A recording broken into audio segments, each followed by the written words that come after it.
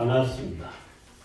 오늘 하나님의 은총이 여러분 삶 속에 함께 하시기를 주님의 이름으로 축원하여 드립니다.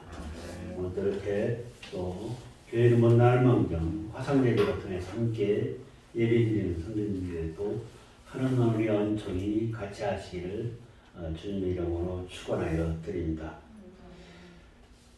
성도 여러분, 행복한 가정은 어떠한 모습이겠습니까? 아마 여러 가지로 생각을 하실 것입니다. 저는 이렇게 생각을 합니다. 행복한 가정은 식구들이 모두가 각자 자기의 본분을 다 하는 데 있지 않는가, 충실하는 데 있지 않는가, 그런 생각을 합니다. 좋은 남편, 좋은 아내, 좋은 부모, 좋은 자녀가 되기 위해서 서로가 있을 때 그 가정은 바로 행복한 가정이라고 볼 수가 있는 것입니다. 그런데 가정의 가장 기본이 되는 것은 무엇입니까? 부모와 자식과의 관계입니다. 이 관계는 인간관계로서 끊어야 끊을 수 없는 기본적인 관계입니다. 하나님께서 이 관계를 아시고 내 부모를 공경하라 이렇게 명령하신 것입니다. 권면하신 것도 아니고 명령을 하신 것입니다. 이것을 하나님께서 특별히 주신 은혜는 다른 게 있는 것이 아니죠. 효도를 통해서 우리가 하나님께 영광을 돌리고 또 하나님은 우리에게 은총을 내려 주신 것입니다. 불효한 자식들도 있죠. 불효한 자식들을 어떻게 부릅니까? 너를 낳고도 내 어머니가 미역국을 먹지 않느냐 라면서 훈계를 하기도 합니다. 사실상 우리 부모님은 우리가 큰 빚을 진 마음으로 부모님을 대해야만이 되는 것입니다. 평생 갚아도 갚을 일이 없는 채무자의 관계가 부모와 자식과의 관계입니다. 부모를 잘 섬기지 못하게 되면은 이웃 사람들이 손가락질을 하게 되는 거죠. 또 부모를 잘 섬기게 되면은 바로 그곳에 하나님의 축복이 임한다는 것입니다. 오늘 특별히 아버지를 맞이해서 복을 누리라는 제목의 말씀으로 함께 은혜를 나눠보도록 하겠습니다. 첫 번째로 생각해 보시는 것은 뭐냐? 내가 복을 누리기를 바란다면 순종하는 마음으로 부모한테 대하면서 공경하야만이 된다는 것입니다. 내 마음을 다하여서 합당한 행동으로 부모님한테 대해야만이 되는 거죠. 사실 자식이 부모한테 대하는 것과 부모가 자식한테 대하는 것은 차이점이 좀 있습니다. 자식은 어떻습니까? 제가 일반적인 얘기라고 생각하기 좋습니다만은 자식이 부모한테는 자기가 할 말을 다 합니다. 심지어 요구하기도 하는 거죠. 그러나 연로하는 부모님은 어떻습니까? 마음속에 간직하고 있으면서도 할 말을 못하고 삽니다. 꾹 참고 사는 것이 부모의 마음인 거죠. 망설이는 것입니다. 에이, 관두지 뭐. 말이 이 목구멍까지 나왔다가도 도로 삼켜를 버리는 것이 부모의 마음입니다. 이러한 부모의 마음을 안다면 우리는 부모를 공경하는 것에 대해서 다시 한번 깊이 생각해 볼 필요성이 있는 것입니다. 부모를 공경하는 데는 특별한 이유가 있는 것이 아닙니다. 한 가지죠. 나를 낳아준 부모의 자식이라는 그 관계입니다. 그렇기 때문에 당연히 부모한테 순종해야만 되는 것입니다. 골로새서 3장 20절 말씀에 보면은 자녀들아 모든 일에 부모에게 순종하라. 이는 주 안에서 기쁘게 하려 하니라고 말씀하고 있습니다. 순종을 통해서 나의 부모님께 기쁨을 주어야 하고 이 기쁨은 세상적인 방법이 아니라는 것입니다. 우리가 어떻습니까? 여러분들이 그렇다는 것이 아닙니다. 부모에 대하는 자녀의 태도를 잠깐 한번 생각해 보겠습니다. 부모가 어떤 말을 얘기합니다. 어떤 사람은 그 말을 듣고서 아멘 하면서 즉각적으로 행동에 옮겨오고 순종에 따르는 사람들이 있습니다. 그 다음은 반대로 예라고 대답을 해놓고 그저 자기 생각대로 행하는 사람이 있습니다. 또 어떤 사람은 아니요 라고 얘기를 하고 생각해 보니까 안 되겠으니까 다시 부모의 말을 생각하면서 그 말에 순종하는 사람이 있습니다. 또 한 사람은 아니요 하고서 거기에 대꾸도 않는 사람이 있는 거죠. 또 어떤 사람은 아예 부모님 무슨 하든 말을 하시든 말든 한 귀로 듣고 한 귀로 끌려버리는 사람들이 있습니다. 이 5가지 종류의 태도가 있는 거죠. 여러분들이야 전부 다 연로하신 부모님을 대하실 때 예, 순종한 마음으로 대할 줄 압니다. 성경에서 요구하는 것이 바로 이 부모에 대한 것은 자발적 순종을 얘기하고 있는 것입니다.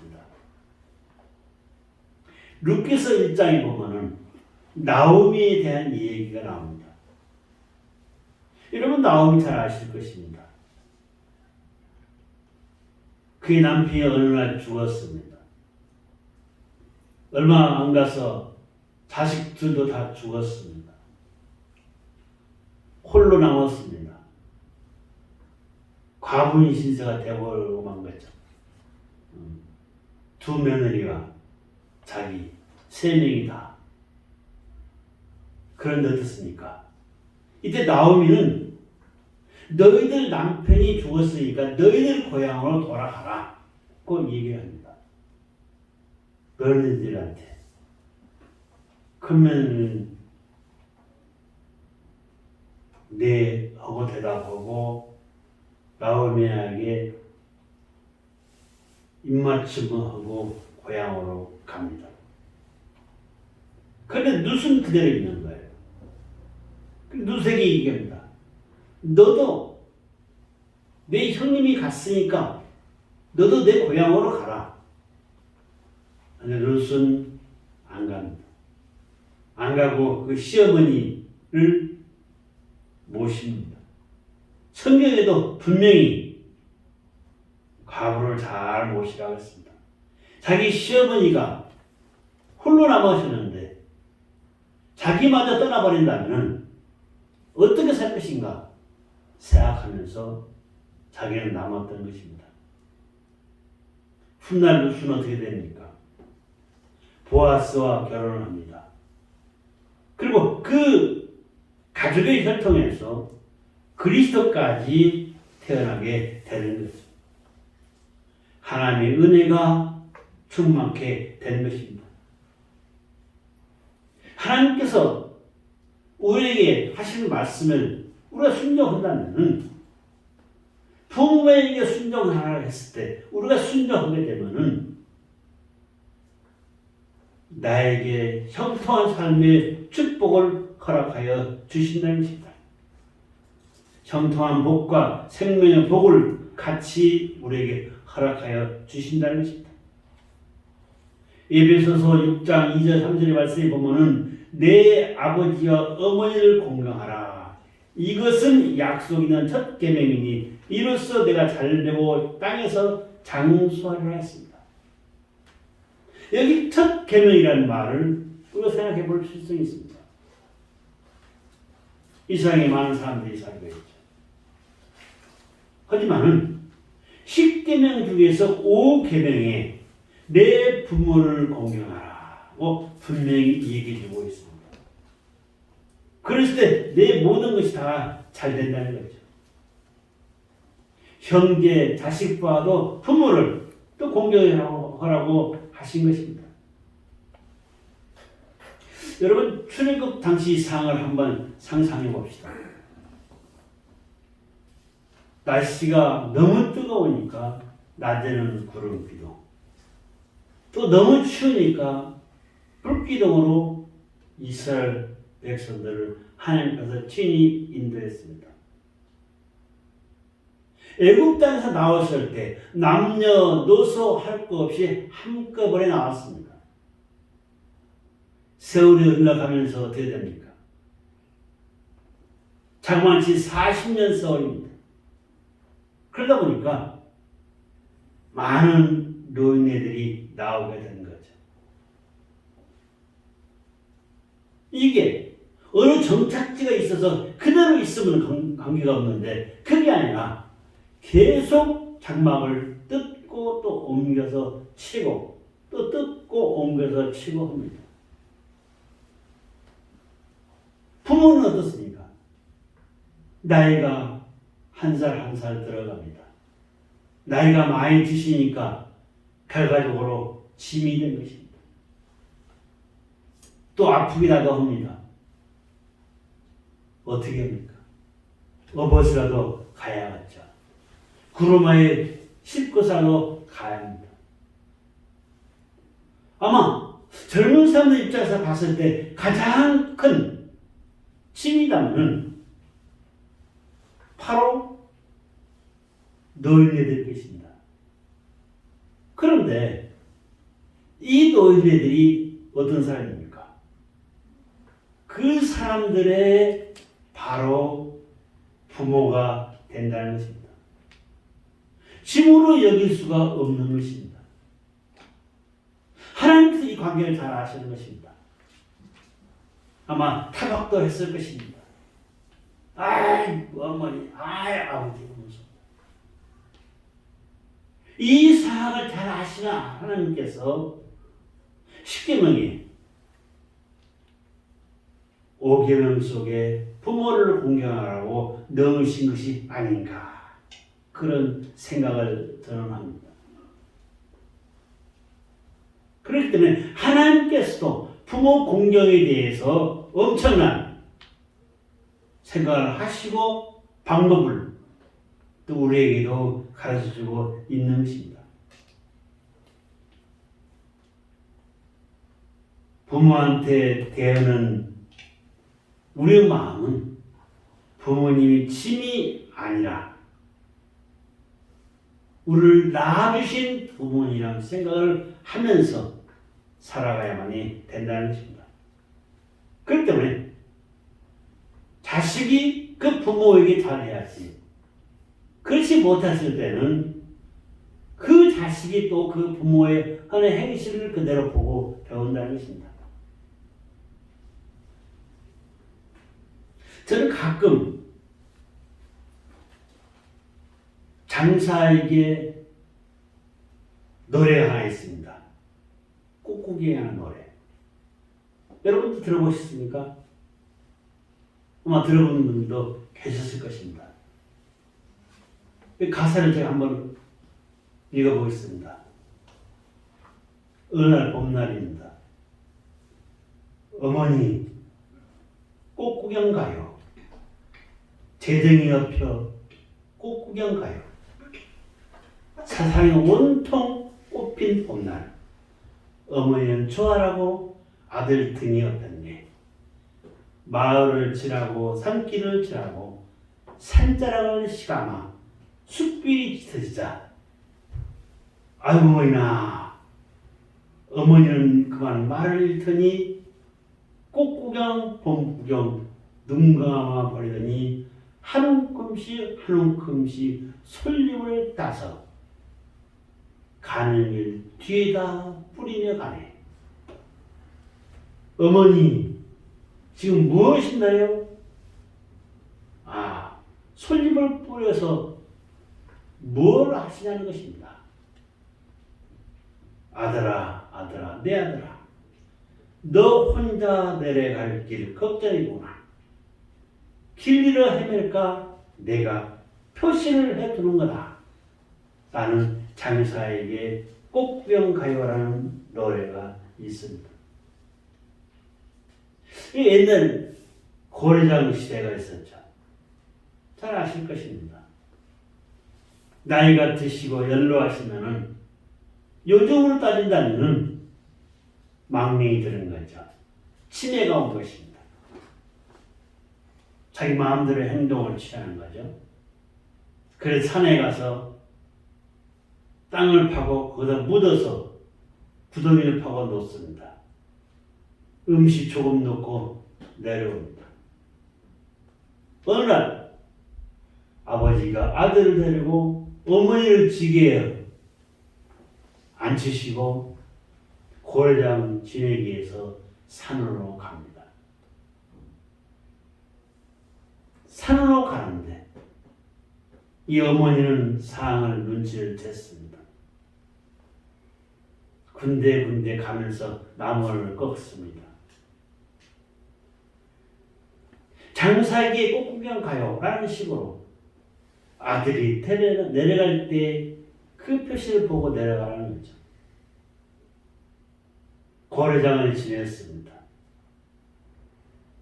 그리고 내려오는데 그 아버지의 아들이 어머니를 지게에 싣고 가는 그 지게를 가지고 오는 거예요. 그러니까 그 아버지가 아들에게 묻습니다. 얘야, 너의 지게를 지고 오냐? 네. 아버님이 나중에 나이 드셔서 늙으시면은 저도 아버지를 지게에 앉히시고 고려장 지내기 위해서 산으로 가야 할 텐데 그때 필요하기 때문에 이 지게를 지고 내려갑니다. 라고 얘기합니다. 이 아버지가 깜짝 놀랐습니다. 내가 잘못했구나. 후회하고 바로 그는 어머니를 다시 모시다가 집에서 같이 살았다는 얘기가 있습니다. 바로 우리가 하는 행동은 내 자식들이 보고 그대로 따른다. 라는 생각을 우리도 잊어서는 안 되는 것입니다. 두 번째로 존경하는 마음으로 부모님을 공경해야만이 됩니다. 서양 제견에 부모는 자기 자녀로부터 존경받지 못하면 남으로부터 멸시당한다는 말이 있습니다. 자녀가 자기 부모를 높이지 않으면 남들도 자기 부모를 무시한다는 것입니다. 지금 어떻습니까? 핵가족화 시대가 됐습니다. 어린아이들이 기어다가지고 어린아이들의 권리는 굉장히 높아가 있습니다. 하지만 반대로 노인의 권리는 침해되고 침체되고 있는 것입니다. 그러면서 노인 학대까지 발생하고 있는 것이죠. 제대로 연로하신 부모님을 모시지 않고 공경할 줄 모르기 때문에 발생하는 것입니다. 바로 진정한 기쁨의 삶은 부모님을 공경했을 때 온다는 것입니다. 가정에서부터 이러한 공경의 사회가 가정이 되었을 때 사회도 또한 건강해지고 나라 또한 건강해지는 것입니다. 고린도후서 4장 16절 말씀에서 우리가 낙심하지 아니하노니 우리의 겉사람은 늙어지나 우리의 속사람은 날로 쇠하여지다 했습니다. 연로하신 부모님들이 나이는 늙으시면서 사실상 아무것도 못하고 계시지만은 마음만큼은 그게 아니라는 것입니다. 마음만큼은 그게 아니라는 것입니다. 그렇기 때문에 자녀들은 부모의 마음을 통찰하면서 부모의 마음을 스스로가 생각해야만이 되는 것입니다. 사실상 요즘은 많은 분들이 연로하신 관계로 병원에 많이들 계십니다. 요양원에도 많이 계십니다. 한편 생각은 안타깝지만은 현 사회가 그렇습니다. 하지만 여러분, 해가 뜨는 것도 아름답습니다. 하지만 반대로 해가 지는 것도 아주 아름답습니다. 우리 모두가 연로하신 부모님들의 이제 황혼의 빛을 바라고 있다는 것입니다. 황혼기의 그 빛을 우리 또한 인식하고 나이 드신 분들도 생각을 달리해야만이 됩니다. 미국의 존 신들러라는 사람이 노인들의 그 마음의 빛에 대해서 이 얘기를 하면서 권면해 준 것이 있습니다. 나이 드신 분들을 향해서 하시는 말씀이 화내지 말고 살아라. 화내지 말고 살아라. 그 다음에 거울을 자주 봐라. 그 다음에 당당하게 살아라는 것입니다. 또 사랑으로 자식을 대하고 사랑으로 자녀에 대해서 축복 기도를 하라. 영생을 품고서 주님을 맞이하는 자세로 살아라고 얘기를 했습니다. 저는 거기에다가 한 가지 덧붙이고 싶습니다. 지나간 과거에 대해서 너무 집착하지 말라는 것입니다. 나는 젊었을 때 어쩌는데 너무 집착하지 말라는 것입니다. 젊었을 때의 모습은 하나의 추억으로서 끝나야지 거기에 집착하고 있으면 안 되는 것입니다. 맞죠? 나이가 아무리 드셨어도 미래에 대한 희망을 가져라. 그렇게 말씀드리고 싶습니다. 아니 내가 늙었는데 무슨 미래에 대한 희망이 있느냐. 아닙니다. 육신의 나이에 상관없이 호기심을 가지고 젊게 살아가는 것입니다. 그랬을 때 그 사람은 행복을 자할 수가 있습니다. 노년에 나이 드신 우리 성도님들 스스로가 행복을 찾으려고 노력하십시오. 또한 자녀들은 우리 부모님들을 어떻게 모셔야만이 잘 모시는 것인가 고민을 하야만이 됩니다. 효도는 동서고금을 막론하고 인류의 기본이 되는 것입니다. 우리 기독교도 바로 무엇입니까? 효도의 정교입니다. 죽은 다음에 추모 예배다, 추도 예배라 하면서 마음을 쓸 것이 아니라 죽은 다음에는 하나님께서 책임지시고 그를 보살피십니다. 천국에 가시기 때문에 관계없습니다. 하지만 이 세상에 계셨을 때 더욱더 부모님에 대해서 신경을 쓰고 공경하여만이 된다는 것입니다. 오늘 본문에서 뭐라고 했습니까? 내 하나님 여호와께서 명령한 대로 내 부모를 공경하라. 그리하면 내 여호와께서 내게 준 땅에서 내 생명을 길리라. 그러면서 내 계명을 지키는 자에게는 천대까지 은혜를 베풀겠다고 했습니다. 이 말씀의 의미는 무엇입니까? 처음에 나오는 것이 내가 준 땅에서 내가 너에게 준 복 속에서 축복된 삶 속에서 행복하게 살되 장수하며 살아가는 것입니다. 하나님께서 우리에게 축복하여 주신 귀하신 은혜의 말씀입니다. 그런데 여러분 이거 이해가 안 갈까요? 천대까지 은혜를 베풀리라. 아니 무슨 천대까지 은혜를 베푸냐 하실 것입니다. 하지만 하나님의 사랑은 그게 아닙니다. 자손 대대로 복을 주었다는 것입니다. 조금 전에 나오미 얘기를 하면서 룻 얘기를 했습니다.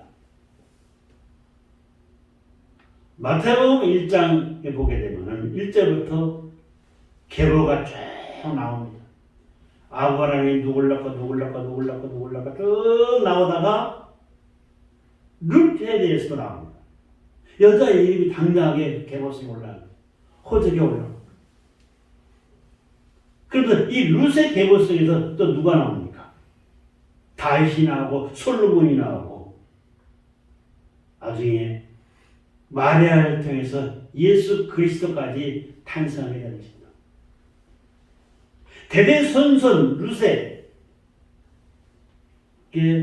축복하여 준 것입니다. 하나님의 말씀은 우리에게 그저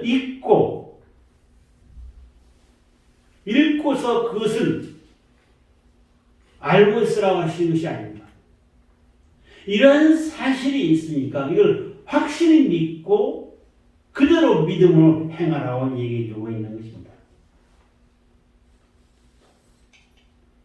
우리가 부모한테 공경했을 때 주시는 축복이 다다손손 준다.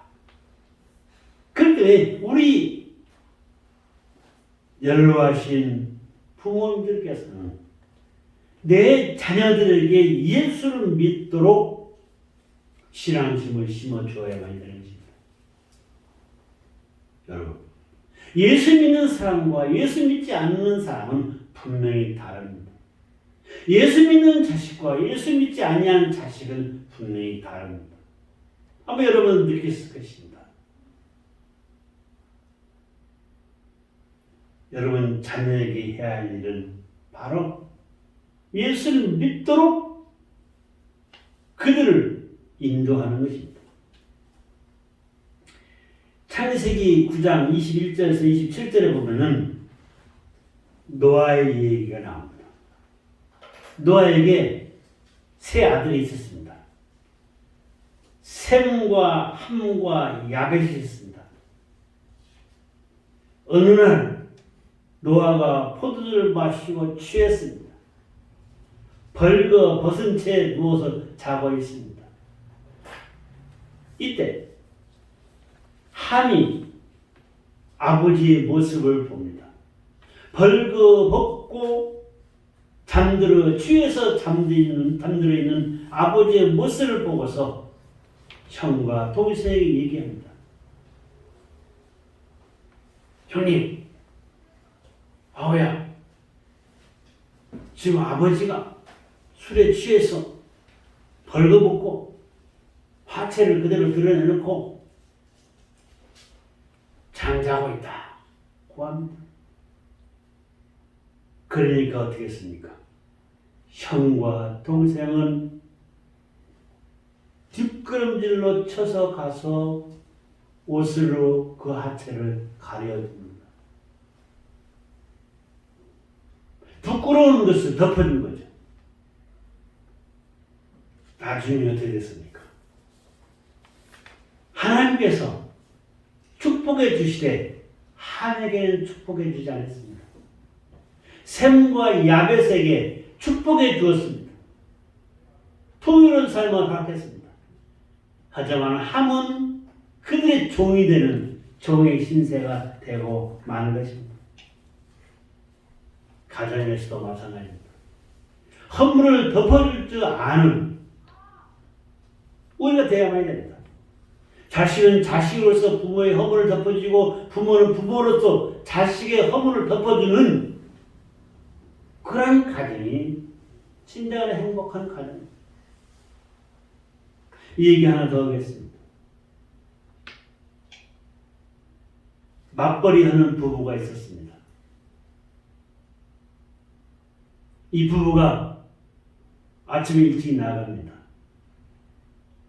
살림은 나이 드신 어머니가 다 맡아서 했습니다. 어느 날 이제 자식이 들어와서 밥상에 앉았습니다. 같이 밥을 먹을 때 이 노모가 얘기합니다. 아드님, 저한테 돋보기 안경 하나 사주시면 좋겠습니다. 정중하게 얘기합니다. 아버지 생각할 때 아니 신문도 읽지도 않으시고 볼 것도 없는데 돋보기 안경은 뭐하냐? 그러면서 차일피일 미뤘습니다. 그러던 어느 날 그 며느리가 남편이 퇴근해서 오는데 호들갑을 떨면서 얘기합니다. 여보, 큰일 났다. 우리 어머니가 지금 노만 걸리신 말이야. 세상에 아마 새롭게 남자를 사귀어가지고 그 남자와 연애를 하는 말이다.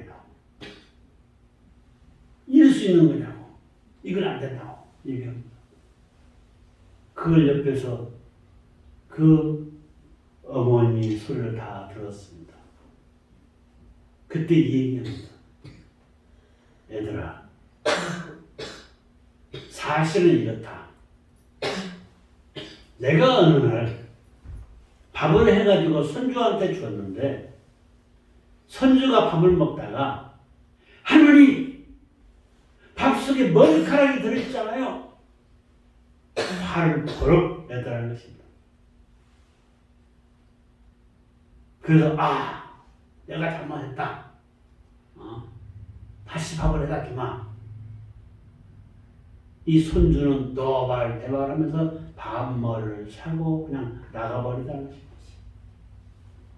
그래서 아차, 내가 눈이 이제 안 좋아져서 그 쌀 속에 쌀을 씻을 때 머리카락이 빠진 것을 몰랐구나. 내 머리가 휘어져서 쌀과 혼동했구나 했던 것입니다. 그래서 이 어머니는 안경을 필요로 했기 때문에 안경도 샀고 염색도 한 것입니다. 그러니 며느리가 봤을 때 아니 어머니가 갑자기 안경으로 새 것을 딱 쓰셨지 머리도 염색을 딱 했지 그러니까 남자친구나 하나 생긴 줄 알고 착각했던 것입니다. 이 부부는 자기 어머니의 머리가 백발이 된 것도 모르고 있었다는 겁니다. 그저 자기네 가족 살 것만 생각하고 있었던 것입니다.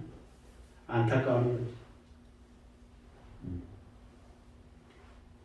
이 시대는 사실상 조금 전에 말씀드렸지만 어린아이들한테는 아주 금이야 오기야 하지만 부모님들한테는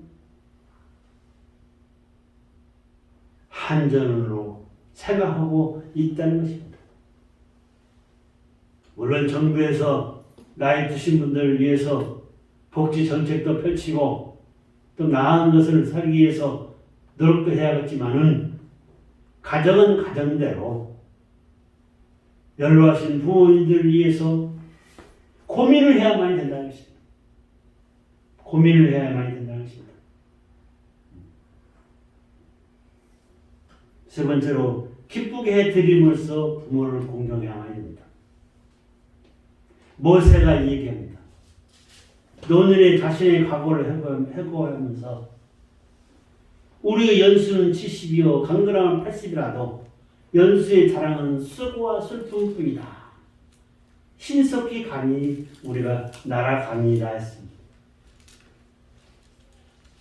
세월은 흘러 간다는 것이죠. 나이 드신 분들도 세월 속에 내가 어떠한 마음으로 세월 보내느냐에 따라서 또 달라집니다.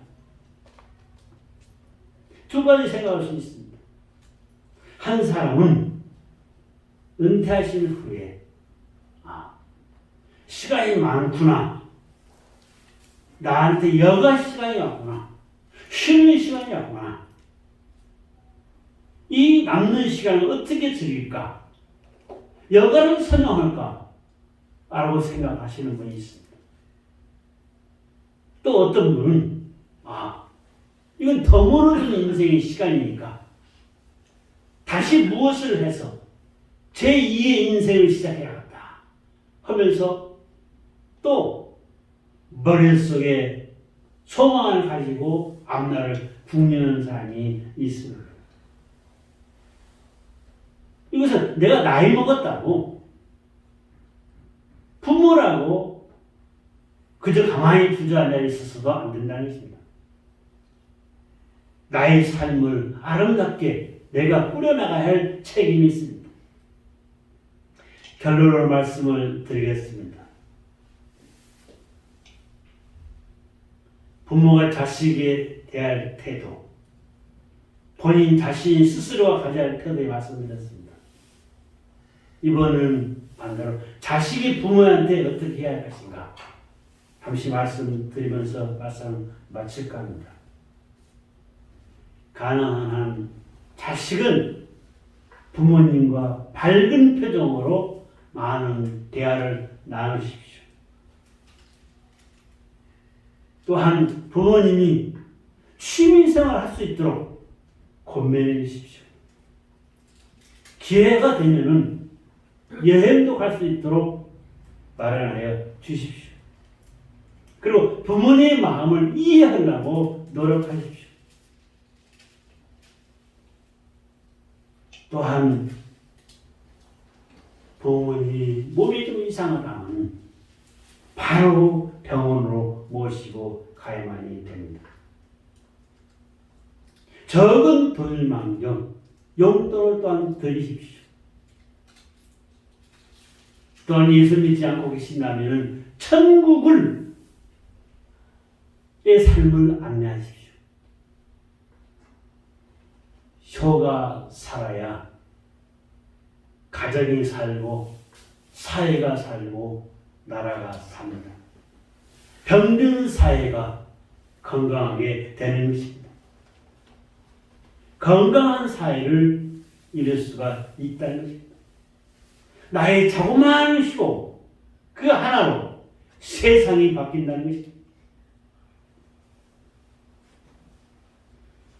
마가복음 3장 35절 말씀에 누구든지 하나님 뜻대로 행하는 자가 내 형제와 자매요 모친이라고 했습니다. 우리 육신의 부모님도 중요하지만 나이 드신 어르신들도 이웃에 계신 나이 드신 어르신들도 존경과 공경할 줄 알아야만이 된다는 것입니다. 그분 또한 우리 부모님과 같이 되어야하는 것입니다.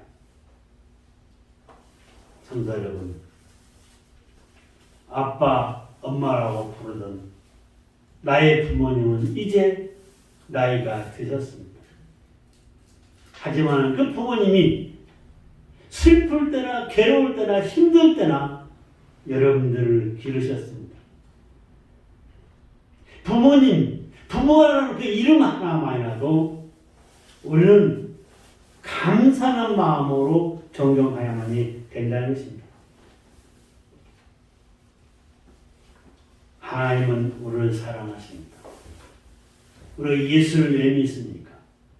예수를 사랑하면서 예수님을 믿으면서 그 고마움에 더욱더 예수와 함께 오는 것입니다. 마찬가지입니다.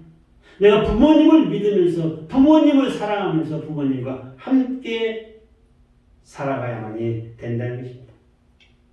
평생 감사하는 것입니다. 나의 부모님이 부족한 것이 많습니다. 어릴 때 봤을 때는 어리석기도 합니다. 하지만 그래도 우리 부모님 어버이 주를 맞이해서 다시 한번 부모님을 감사하는 마음을 가지시고 하나님께 더 큰 영광을 돌리면서 삶을 살아가시기를 주님의 이름으로 축원하여 드립니다. 고맙고 감사하신 아버지 하나님, 어버이 주일을 맞이하여 다시 한번 효에 대해서 생각해 봤습니다. 진정으로 내 자신이 부모님을 얼마나 사랑했으며 또 이웃을 얼마나 사랑했는지 생각해 주시옵시고, 또 나 또한 내 자녀를 위해서 얼마만큼 사랑했는지 사랑을 실천할 수 있는 부모님 또한 되게 해주시옵시고, 이번 어버이 주일을 맞이해서 가정에 살고 또한 행복이 넘치는, 기쁨이 넘치는 우리들의 가정이 될 수 있도록 축복하여 주시옵소서. 감사하고 예수님의 이름으로 기도드리옵나이다. 아멘.